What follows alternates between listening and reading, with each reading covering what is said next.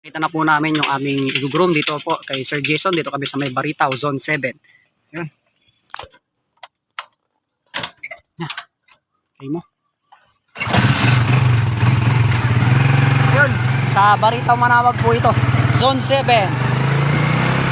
Dog grooming po kami ngayon. Guys, tara't samahan po kami. Ayan na po yung aming kausap, si Sir Jason.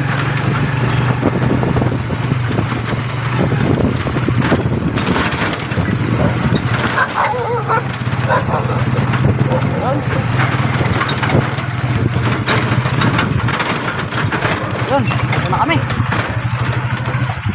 Muna. Yun yung aming gugroom. Dito na kami sa location.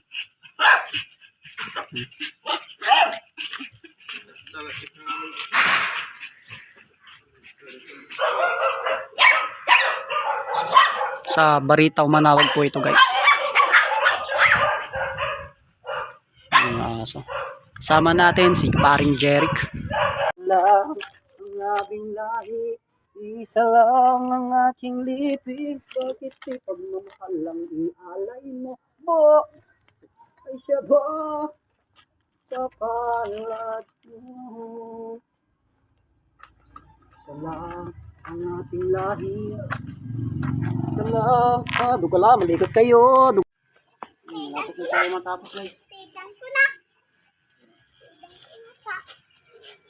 Nandun pa? Nandun. Opo. Katayin natin. Ha? Katayin natin. Ha? Katayin. Kakakain. Uy, multo! Multo! Multo! Multo si Tate! Multo! Ah, alam, multo! Alam, multo! Multo!